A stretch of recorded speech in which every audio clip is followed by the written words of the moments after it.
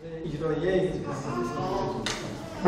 خواهش میکنم که چند لحظات خاطره ها و اندرهای ملت آنها. بسم الله الرحمن الرحیم. الحمد لله والصلاة والسلام على رسول الله وعلى آله و اصحابه. اما بعد. خب برادران عزیز، وقتی که صحبت واقعا درباره استقلالیت کشور ما می‌رود، بعضی برادرها و استادا گفتن که نمی‌دونیم آیا تبریک کنیم شما رو به استقلال یا که تبریک نکنیم. آن چیزی که میخواهم در این رو بیان کنم، واقعا سالهای 1991 تاجیکستان کشوری صاحب استقلال شده بود، اما مشکل در این است که منبع در دست کسانی زد که این استقلالیت کشور را زیر سوال بودند. مشکلی در این است، استقلالیت به این معنی است که شهروندان یک کشور در امن، در ثبات، در یک زندگی آرام عمل به سر ببرند. معنای استقلالیت این است که از زندگی غلامی به زندگی آزادانه یک ملت را، قومی را، یک فرد را آورده برسانند.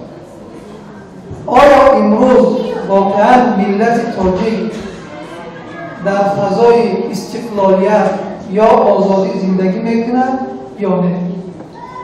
چند نکته هست در اینجا من میخواهم بیان کنم. وقتی که برادرها صحبت کردن قید کردم.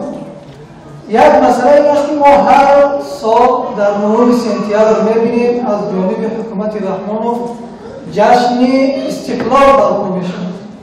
آیا واقعا همین جشن استقلال است یا دیگر است؟ فکر شخصی من این است که رحمانوف نه پروای استقلالیت دارد نه پروای ملت. رحمانوف از همین روز استقلالیت استفاده بوده، به سر قدرت رسیدن خودش رو جشن میگیرد و تمام. و این اگر واقعا ذره در غم استقلالیت کشور باشد، فکر نمیکنم که حال ملت تاجیک به این درجه آمده برسد.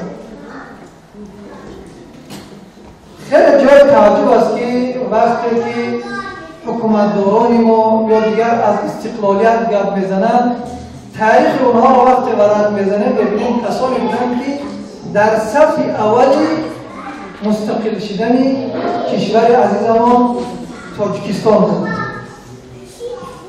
بله، تاجیکستان همچون یک کشور مستقل، یک کشور در عرصه بین المللی اعتراف دارد.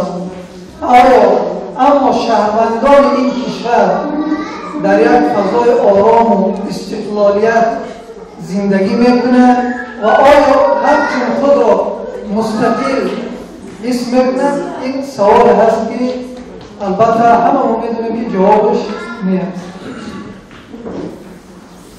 تاجیکستان همچون کشوری مستقل هست، اما شهروندان تاجیکستان همچون شهروندان مستقل نیست، بلکه از یک سیستم یا که از یک نظامی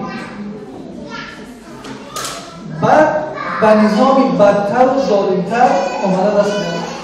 و امروز اگر اکثر مردم تاجیکستان را رای پرسی کنی که زمان استقلالیت بهتر است یا زمان شوروی، میگن همون زمان شوروی از حال چی است؟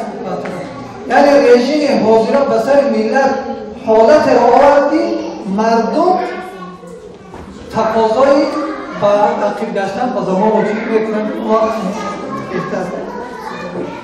و اگر ما برای استقلالیت کشور و مستقل بودن مردم هم صحبت کنیم، یک مثال عادی می‌آوریم.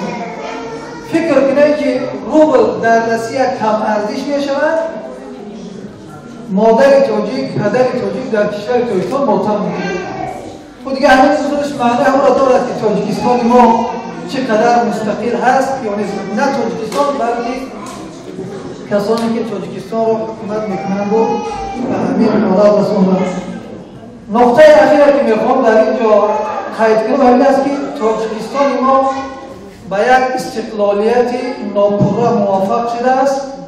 بزرگان ما، گذشتگان ما، استادان ما، اون کسایی که استادان در اینجا ذکر کردن خدمت خود را، زحمت خود را، وظیفه ملی خود را برای مستقل کردن کشور انجام دادند. امروز بیرق عزیز کشور ما را به دست ما و شما دادند.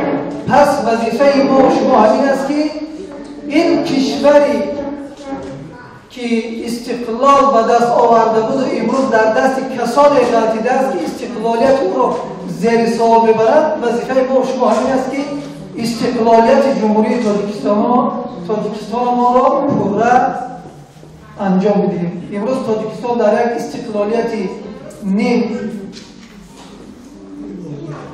وجود دارد، مردم آن زندگی میکند. وظیفه ما و شما همین است که استقلالیتش را به سطح کامل آورده برسانیم. سلام علیکم و رحمت الله و برکاته.